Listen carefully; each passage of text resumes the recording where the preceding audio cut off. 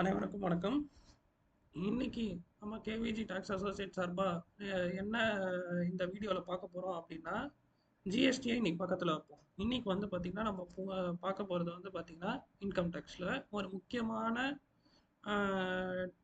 Tips. Government வந்து நம்மள வந்து எப்படி யூஸ் பண்றாங்க அப்படின்றத நம்ம பார்க்க போறோம். ஃபர்ஸ்டா வந்து பாத்தீங்கன்னா எல்லாருக்கும் தெரிஞ்சிருக்கும் சார், செப்டம்பர் 15 வரைக்கும் வந்து இன்கம் டேக்ஸ் டியூ டேட் வந்து எக்ஸ்டெண்ட் பண்ணிட்டாங்க. Super, very good. ஓகேவா? ஃபர்ஸ்ட் ஆஃப் ஆல் வந்து இந்த இன்கம் டேக்ஸ் டியூ டேட்ஸை வந்து எக்ஸ்டெண்ட் பண்ணதுனால நம்மளுக்கு என்னென்ன பெனிஃபிட்ஸ்? ஃபர்ஸ்ட் பாயிண்ட் என்ன? நம்மளுக்கு 234Fல பெனால்ட்டி வராது. 234Fல மேக்ஸிமம் மிஞ்சி போனால் எவ்வளோ பெனால்ட்டி வரும்? 1000 ரூபாய், 5000 ரூபாய் பெனால்ட்டி வரும். ஓகே, சரி. அந்த 1000 ரூபாய், 5000 ரூபாய் அதை தாண்டி வேற என்னென்ன பெனிஃபிட்ஸ் இருக்கு அப்படின்னு பார்த்தீங்கன்னா, நீங்க லாஸை வந்து கேரி ஃபார்வர்ட் பண்ண முடியாது. Any loss for that matter, speculative, non speculative, business loss, என்ன லாஸாக இருந்தாலும் you cannot carry forward that if you file the income tax return beyond the due date limits. ஓகேங்களா? இது வந்து பாயிண்ட் நம்பர் 1. பாயிண்ட் நம்பர் 2, இதில் நம்ம கிறிஸ்பாக கவனிக்க வேண்டிய விஷயங்கள் என்னென்ன அப்படின்னா, பிஸ்னஸ் லாஸ்க்கும் அன்அப்சர்வ்டு டெப்ரிசியேஷனுக்கும் மேஜர் டிஃப்ரென்ஸ் இருக்குது. இன்கம் டேக்ஸ் ஆக்ட் பிரகாரம் என்ன சொல்லுது அப்படின்னா, பிஸ்னஸ் லாஸை தான் கேரி ஃபார்வர்ட் பண்ண முடியாதுன்னு சொல்லுதே தவிர, அன்அப்சர்வ்ட் டெப்ரிசியேஷனை வந்து நீங்கள் டைம் லிமிட்குள்ளே ஃபைல் பண்ணல அப்படின்னா கிளைம் பண்ண முடியாதுன்னு எங்கேயுமே சொல்லலை. So unabsorbed depreciation can be carry forwarded even after filing of income tax return after the due date பண்ணா கூட unabsorbed depreciation தான் நீங்க கேரி ஃபார்வர்ட் பண்ண முடியும். What is mean by unabsorbed depreciation? அது வந்து செப்பரேட் சாப்டர், அது செப்பரேட் வீடியோவில் இன்னொரு நாள் வந்து அதை தனியாக பார்க்கலாம். ஓகேங்களா? இப்போ நம்ம பார்க்க போகிறது, கவர்மெண்ட் வந்து டியூ டேட் தள்ளி வச்சுருக்காங்க. அதில் வந்து ப்ரோஸ் என்ன, கான்ஸ் என்ன? ஃபஸ்ட்டு வந்து டியூ டேட் தள்ளி வச்சுருக்கிறதுனால நம்ம இன்கம் டேக்ஸ் ரிட்டர்ன்ஸை வந்து ஃபைல் பண்ணால் நம்மளுக்கு வந்து தள்ளி கொஞ்சம் ஒரு ப்ரீத்திங் டைம் இருக்கும். மார்ச்சில் 2, ஏப்ரல் மேல வெக்கேஷன் டைமு, ஜூனில் திருப்பி வந்து பழைய புக்ஸ் எல்லாம் எடுத்து க்ளோஸ் பண்ணி எல்லாம் பண்ணி இது ஃபினான்ஷியல்ஸ் ப்ரிப்பேர் பண்ணோம். பிஸ்னஸ்னால் ஃபினான்ஷியல்ஸ் ப்ரிப்பேர் பண்ணோம். கம்பெனி எம்ப்ளாயீஸ்லாம் வந்து ஃபார்ம் 16 வரணும்.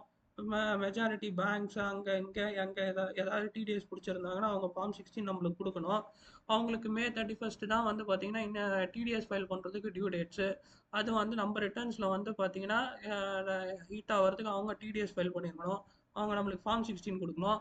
அந்த ஃபார்ம் 16 பேஸ் பண்ணி ஜூலை 31 ஐடிஆர் ஃபைல் பண்ணோம். இது வந்து ஒரு நெக் டு நெக் ப்ராசஸ். ஜூன்லேருந்து ஜூலை வரைக்கும் பார்த்தீங்கன்னா எல்லா கன்சல்டன்ஸும் கொஞ்சம் பிஸியாக தான் இருப்பாங்க. ஸோ ஜூன் அண்ட் ஜூலை வந்து ஒரு குரூஷியல் டைம். நம்ம இன்கம் டேக்ஸ் ரிட்டர்ன்ஸ் ஃபைல் பண்ணோம். டிடிஎஸ் எக்ஸஸ் இருந்ததுன்னா ரீஃபண்ட் வரும். இதெல்லாம் வந்து பார்த்தீங்கன்னா ஒரு டிஃப்ரெண்ட் ஸ்டெப்ஸ். பட் இப்போ கவர்மெண்ட் வந்து பார்த்தீங்கன்னா செப்டம்பர் 15 வரைக்கும் வந்து நம்மளுக்கு வந்து you can file income tax return அப்படின்னு சொல்லிட்டு டியூ டேட்டை எக்ஸ்டெண்ட் பண்ணிட்டாங்க. ஏன் வந்து கவர்மெண்ட் வந்து எக்ஸ்டெண்ட் பண்ணாங்க? ஃபர்ஸ்ட் ஸ்டெப், அது வந்து நம்மளுக்கு நல்லதா கெட்டதா? ஃபர்ஸ்ட் ஆஃப் ஆல் வந்து பார்த்தீங்கன்னா அதில் ஒரு ஹிடன் சீக்ரெட் இருக்கு. என்ன சீக்ரெட் அப்படின்னா, எல்லாருக்கும் வந்து இன்கம் டேக்ஸ் வந்து டியூ டேட் எக்ஸ்டெண்ட் பண்ணது ரிட்டர்ன் ஃபைல் பண்ணதுக்கு தான் டியூ டேட் எக்ஸ்டெண்ட் பண்ணாங்களே தவிர டேக்ஸ் டெபாசிட்ஸ்க்கு எந்த ஒரு டியூ டேட்டும் எக்ஸ்டெண்ட் பண்ணவில்லை. அப்படி சார், இன்கம் டேக்ஸ் ரிட்டர்னுக்கே வந்து டியூ டேட் எக்ஸ்டெண்ட் பண்ணிட்டாங்க, அது என்ன sir tax deposit? Tax deposit அப்படின்னா நம்மளுக்கு வந்து பார்த்தீங்கன்னா அட்வான்ஸ் டேக்ஸ் அப்படின்னு சொல்லுவாங்க. அட்வான்ஸ் டேக்ஸ் வந்து பார்த்தீங்கன்னா இது quarterly deposit of advance tax அப்படின்னு சொல்லுவாங்க. சரி, அட்வான்ஸ் டேக்ஸ் பிஸ்னஸ் கேசஸ்க்கு நம்ம அப்புறம் நாளைக்கு இன்னொரு வீடியோவில் பார்க்கலாம். இது வந்து நம்ம பியூர்லி வந்து சேலரி பேசிஸ் பர்சனுக்கே வந்து நம்ம போவோம். ஓகேவா?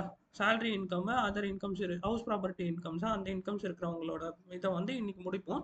நான் இன்னொரு நாள் வந்து பார்த்தீங்கன்னா பிஸ்னஸ் பர்சன்ஸ்க்கு அட்வான்ஸ் டேக்ஸ் பற்றி பேசுவோம். இப்போ ஃபார் எக்ஸாம்பிள் ஒரு சேலரிடு பர்சன் வந்து பார்த்தீங்கன்னா இருக்கான். இந்த வருஷம் வந்து பார்த்தீங்கன்னா பேசிக் எக்ஸம்ஷன் லிமிட் வந்து பார்த்தீங்கன்னா 2.5 lakhs. அதுக்கப்புறம் வந்து பார்த்தீங்கன்னா இது ஸ்லாப் ரேட்ஸ் பிரகாரம் டேக்ஸ் வரும். மேக்ஸிமம் இது டிடக்ஷன்ஸோட போச்சுன்னா அப் டு 7 lakhs வந்து டேக்ஸ் கிடையாது. 7 lakhsக்கு மேலே போச்சுன்னா டேக்ஸ் வரும். இது வந்து இந்த ரூல் தான் வந்து கரண்ட் இயர் அப்ளிகபிள். இந்த 12 lakhs அப் டு 12 lakhs வந்து டேக்ஸ் இல்லை அப்படின்னு சொல்றது வந்து பார்த்தீங்கன்னா நெக்ஸ்ட் இயர் தான் அப்ளிகபிளே தவிர கரண்ட் இயருக்கு அது அப்ளிகபிள் கிடையாது. Point number 1. பாயிண்ட் நம்பர் 2, நான் கரண்ட் இயர் நெக்ஸ்ட் இயர் அப்படின்னு சொல்றது வந்து பார்த்தீங்கன்னா அசஸ்மெண்ட் இயரை சொல்கிறேன். கரண்ட் அசஸ்மெண்ட் இயருக்கு அப்ளிகபிள் கிடையாது. நெக்ஸ்ட் அசஸ்மெண்ட் இயருக்கு தான் applicable. That is current financial இயருக்கு தான் அது வந்து அப்ளிகபிள். ஸோ கரண்ட் அசஸ்மெண்ட் இயருக்கு அப் டு 7 lakhs தான் வந்து பார்த்தீங்கன்னா டேக்ஸ் எக்ஸம்ஷன் இருக்குது. அதுக்கப்புறம் வந்து பார்த்தீங்கன்னா டேக்ஸ் வந்து பார்த்தீங்கன்னா ஸ்லாப் ரேட் பிரகாரம் கால்குலேட் ஆகும். நெக்ஸ்ட் வந்து பார்த்தீங்கன்னா நம்ம ஏன் வந்து இது வந்து இந்த பாயிண்ட் வந்து ஏன் வந்தது, ஏன் வந்து டியூ டேட் எக்ஸ்டெண்ட் பண்ணால் நம்மளுக்கு ஒரு கான் இருக்குது அப்படின்றத நான் சொல்கிறேன். இப்போ ஃபார் எக்ஸாம்பிள் வந்து பார்த்தீங்கன்னா 7 lakhs மேலே ₹1 7 lakh ஒரு பர்சனோட இன்கம் வந்து சேலரி அதர் இன்கம் எல்லாமே சேர்த்து ஒரு 7,50,000 வந்துருச்சுன்னு வச்சுப்போம். ஃபார் எக்ஸாம்பிள் வச்சுப்போம். இல்லை உங்கள் டேக்ஸ் லைபிலிட்டி வந்து பார்த்தீங்கன்னா 10,000 மேலே நீங்கள் டேக்ஸ் கட்டுற மாதிரி இருக்குது. உங்கள் டிடிஎஸ் எல்லாம் போக 10,000 மேலே நீங்கள் வந்து டேக்ஸ் கட்டணும் அப்படின்னு நினச்சிங்கன்னு வச்சுக்கோ. அதில் வந்து பார்த்தீங்கன்னா 234A, B, C பிரகாரம் வந்து பார்த்தீங்கன்னா இன்ட்ரெஸ்ட் வந்து ஆட்டோமேட்டிக்காக கால்குலேட் ஆகும். நீங்கள் வந்து டியூ டேட்டுக்கு அப்புறமா தள்ளி தள்ளி போக கவர்மெண்ட்டுக்கு ஒரு மைனராக வந்து பார்த்தீங்கன்னா இன்ட்ரெஸ்ட் இன்கம் கவர்மெண்ட்டுக்கு கிடைக்கும். அட்வான்ஸ் டேக்ஸ் வந்து பார்த்தீங்கன்னா 31st March நீங்கள் செட்டில் பண்ணி இருக்கணும். உங்களோட டேக்ஸ் லைபிலிட்டி வந்து பார்த்தீங்கன்னா 31st March கவர்மெண்ட்டுக்கு நீங்கள் செட்டில் பண்ணியிருக்கணும். சார் டேக்ஸ் லைபிலிட்டி செட்டில் பண்ணுறதுக்கும் இன்கம் டேக்ஸ் ரிட்டர்ன் ஃபைல் பண்ணுறதுக்கும் என்ன சார் வித்தியாசம்? ஸோ இப்போது இன்கம் டேக்ஸ் ரிட்டர்ன் வந்து சார் என் கம்பெனியில் எனக்கு வந்து டேக்ஸ் பிடிச்சிட்டாங்க, எனக்கு வந்து என்னுடைய டேக்ஸ் லைபிலிட்டி என் கம்பெனிலாம் பண்ணிட்டாங்க, நான் ஏன் வந்து இன்கம் டேக்ஸ் ரிட்டர்ன் ஃபைல் பண்ணோம்? இது வந்து ஜென்ரலிஸ்டிக்காக எல்லாரோட மைண்ட் செட்லேயும் இருக்குது. ஆனால் இன்கம் டேக்ஸ் ரிட்டர்ன் வந்து பார்த்தீங்கன்னா ஒரு பர்சன் 2,50,000 rupees இன்கம் தாண்டிட்டான் அப்படின்னாலே he has to mandatorily file his income tax returns. இதுதான் ரூல். உங்களுடைய tax liability might be discharge ஆகிருக்கலாம், அதை வந்து என்னுடைய டேக்ஸ் லைபிலிட்டி 0 அப்படின்னு சொல்லி நீங்கள் ஃபைல் பண்ணுறது தான் உங்களுடைய இன்கம் டேக்ஸ் ரிட்டர்ன். இல்லை என்னுடைய tax liability for example 10,000, for example 15,000 சொல்லி நீங்கள் ஃபைல் டிபார்ட்மெண்ட்டுக்கு சொல்கிறது தான் வந்து பார்த்தீங்கன்னா இன்கம் டேக்ஸ் ரிட்டர்ன். என்கிட்ட வந்து பார்த்தீங்கன்னா நான் என்னோட கம்பெனியில் வந்து எனக்கு டிடிஎஸ் பிடிச்சிட்டாங்க, so I need not file income tax return இருக்கிற ஸ்டாண்டர்ட் வந்து தப்பு. So we have to file our income tax returns. சரி, டியூ டேட் எக்ஸ்டெண்ட் பண்ணதுக்கப்புறம் கவர்மெண்ட்டுக்கு எப்படி சார் இன்கம் வரும்? ஸோ ஃபார் எக்ஸாம்பிள் சேலரி பர்சனுக்கு வந்து பார்த்தீங்கன்னா ஒரு சேலரி இன்கம் இருக்கும். அது இல்லாமல் சம் ஹவுஸ் ப்ராப்பர்ட்டி இன்கம் இருக்குதுன்னு வச்சுப்போம். இந்த ஹவுஸ் ப்ராப்பர்ட்டி இன்கம் இருக்கிறதா நீங்கள் உங்களுக்கு எம்ப்ளாயருக்கு டிஸ்க்ளோஸ் பண்ணுவீங்களா? டிஸ்க்ளோஸ் பண்ண மாட்டீங்க. பட் நீங்கள் வந்து ஐடிஆரில் ஹவுஸ் ப்ராப்பர்ட்டி இன்கம் அப்படின்னு சொல்லி நீங்கள் வந்து ஐடிஆரில் டிஸ்க்ளோஸ் பண்ணுவீங்க. Once it is disclosed in ITR உங்களுடைய டோட்டல் இன்கம்க்கு ஏற்ற மாதிரி தான் உங்களுக்கு வந்து டேக்ஸ் லைபிலிட்டி வரும். பட் அந்த ஹவுஸ் ப்ராப்பர்ட்டி இன்கம்மும் உங்கள் எம்ப்ளாயருக்கே தெரியாது. அப்போ அவர் எப்படி அதில் டிடிஎஸ் பிடிச்சிருப்பார்? அதில் டிடிஎஸ் பிடிச்சிருக்க மாட்டார். ஸோ அந்த டேக்ஸ் ஆன் அதர் இன்கம்ஸ்க்கும் நீங்கள் வந்து டேக்ஸ் பே பண்ணுற மாதிரி ஒரு சுச்சுவேஷன் வரும். அது வரும்போது உங்களுக்கு ஆப்வியஸாக வந்து பார்த்தீங்கன்னா அடிஷ்னல் இன்கம் டேக்ஸ் லைபிலிட்டி வரும். அடிஷ்னல் இன்கம் டேக்ஸ் லைபிலிட்டி வரும்போது 10,000 ரூபாய்க்கு மேலே உங்களுக்கு வந்து அடிஷ்னல் இன்கம் டேக்ஸ் லைபிலிட்டி வந்தது அப்படின்னா you need to pay interest under section 234A, B and C. இது வந்து இந்த எக்ஸ்டெண்டட் பண்ண கண்டிப்பாக வந்து செப்டம்பர் 15னா நம்ம எப்போ ஃபைல் பண்ணுவோம்? ஜூலை 31 நம்ம உட்காந்து ஃபைல் பண்ணுவோமா? சாஃப்ட்வேர் அலோவ் பண்ணுமா? பண்ணாது. நம்மளுக்கு வந்து கண்டிப்பாக வந்து பார்த்தீங்கன்னா செப்டம்பர் மாதம் தான், ஆகஸ்ட்டு 30 31 கண்டிப்பாக ஆகஸ்ட் 31 வரைக்கும் அப்படியே இருந்துட்டு ஆகஸ்ட் 31 மேலே தான் வந்து பார்த்தீங்கன்னா சூடு பிடிக்கும். இன்கம் டேக்ஸ் ஃபைல் பண்ணோம், இன்கம் டேக்ஸ் ஃபைல் பண்ணோம், இன்கம் டேக்ஸ் ஃபைல் பண்ணோம், இன்கம் டேக்ஸ் ஃபைல் பண்ணோம் அப்படின்னு சொல்லிட்டு ஆகஸ்ட் 31 மேலே தான் வந்து எல்லாரும் வந்து ஒரு கிக் ஸ்டார்ட்டாக இருக்கும், நல்ல சீசன் போகும். ஸோ ஆகஸ்ட் 31 மேலே நீங்கள் பண்ணக்கூடிய அந்த டிலே, இப்போ ஜூலை 15 பண்ணுறது ஆகஸ்ட் 31 இந்த 45 நாளைக்கு வந்து பார்த்தீங்கன்னா நீங்கள் டிலே பண்ணி பே பண்ணுற டேக்ஸ்க்கு கவர்மெண்ட்டுக்கு எக்ஸ்ட்ரா இன்ட்ரெஸ்ட் உண்டு. இதில் அட்வான்ஸ் டேக்ஸ் பேமெண்ட்டுக்கு எந்த ஒரு டியூ டேட் எக்ஸ்டென்ஷனும் கொடுக்கப்படவில்லை. இது நல்லா புரிஞ்சுக்கோங்க.